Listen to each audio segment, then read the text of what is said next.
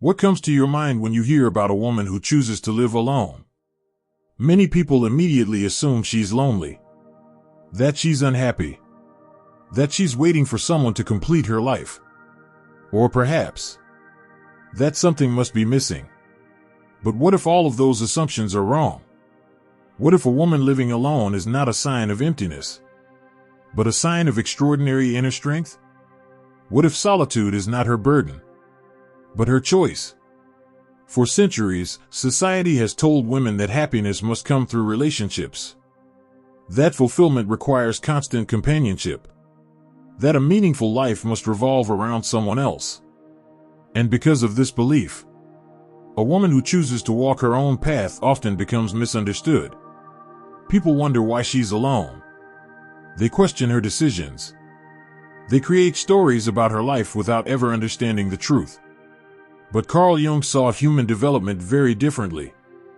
He believed that one of the most important journeys any person can take is the journey inward. The journey of self-discovery. The journey of becoming who they truly are. A process Jung called individuation. And according to Jung, many people spend their entire lives avoiding this journey.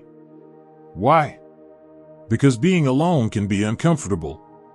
When there are no distractions, no constant validation, no one to hide behind, you are forced to meet yourself, your fears, your insecurities, your dreams, your true identity.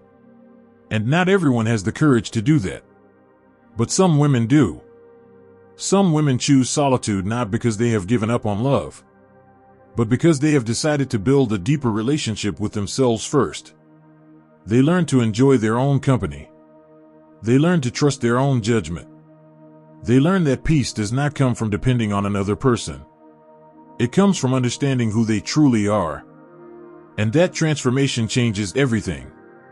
Because a woman who has learned to stand alone often develops a level of emotional strength, self-awareness, and inner peace that many people never reach. She no longer needs constant approval. She no longer fears being by herself. And she no longer bases her worth on whether someone chooses her.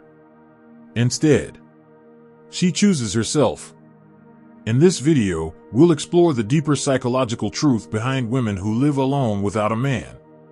We'll uncover the hidden strength that solitude can create, the emotional maturity that grows through self-discovery, and Carl Jung's powerful insights into independence, personal growth, and becoming your authentic self. What you're about to hear challenges many common beliefs about loneliness, relationships, and happiness. Because sometimes, the strongest person in the room is not the one surrounded by people. It's the one who has learned to be completely at peace with herself. So listen carefully, because this perspective may completely change the way you view independence, self-worth, and the women who choose to walk their own path. And stay with me until the very end, because the final insight may reveal why some women who live alone often possess a level of wisdom, clarity, and inner peace that others spend a lifetime searching for. So, let's begin. 1. The journey of individuation. This path of solitude is what the famous psychiatrist Carl Jung called individuation. It's the lifelong journey of becoming who you truly are, of uniting the conscious and unconscious parts of your mind to become whole. It's not about being perfect, it's about being complete.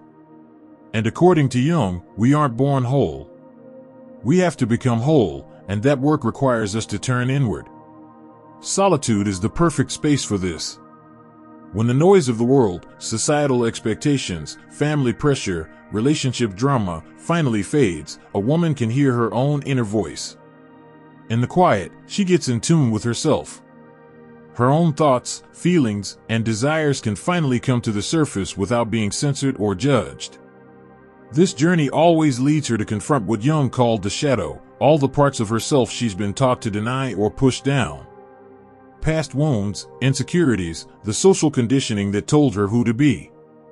In the silence of being alone, these shadows come out to play. And while that can be incredibly tough, it's also where the real healing starts. By facing her shadow without distractions, she can integrate these hidden parts of herself and emerge stronger and more whole. This is why a season of solitude is so essential for real maturity. It's where she has to ask, who am I when no one else is watching? 2. Integrating the inner masculine, the animus. Jung had this fascinating idea that every psyche is androgynous. Inside every woman, there's a masculine psychological side he called the animus, and in every man, a feminine anima. The animus represents qualities we often label as masculine, like logic, assertiveness, courage, and clear-headed thinking. For centuries, women were taught to find these qualities in a man. But a woman who lives alone gets a unique opportunity to find and develop her own inner masculine. She has to be independent, make tough decisions, solve her own problems, and set firm boundaries. In doing this, she isn't becoming less feminine. She's becoming more whole by developing her animus. When a woman successfully integrates her animus, she stops feeling like she's incomplete without a partner. She becomes her own source of strength, direction, and confidence. This creates an incredible sense of inner balance. She no longer projects her need for strength or validation onto the men in her life, and that changes everything. Her relationships are no longer built on need, but on a conscious choice to share her already complete self with someone else. 3. The withdrawal of projections. Let's be honest, society rarely sees the woman who lives alone for who she actually is. Instead, it projects its own fears and judgments onto her. She's seen as intimidating, selfish, sad, or strange. Jung taught that we can't truly see other people until we withdraw our projections, that unconscious habit of pinning our own baggage on them. The woman in solitude learns this lesson up close. Every label thrown at her becomes a chance to get to know herself better. With every judgment she faces, she's forced to ask, is that really me, or is that just their story about me? This deepens her self-awareness and strengthens her inner core. Slowly but surely, the opinions of others start to lose their power. She no longer defines herself through someone else's gaze, she sees herself through her own. And it works both ways. She stops looking at partners as potential saviors or projects and starts seeing them for who they are, whole individuals, just like her. This clarity is a superpower. It makes her untouchable to manipulation and immune to social pressure. 4. The transformation and empowered outcome. After this journey of individuation, shadow work, and animus integration, a profound transformation takes place. The woman who emerges from the silence is not the same one who entered it. Her confidence is different now. It's quiet and internal. It doesn't have to be loud because it's built on solid self-knowledge. She has proven to herself, over and over, that she can handle life on her own terms. Because of this, she develops a much higher standard for relationships.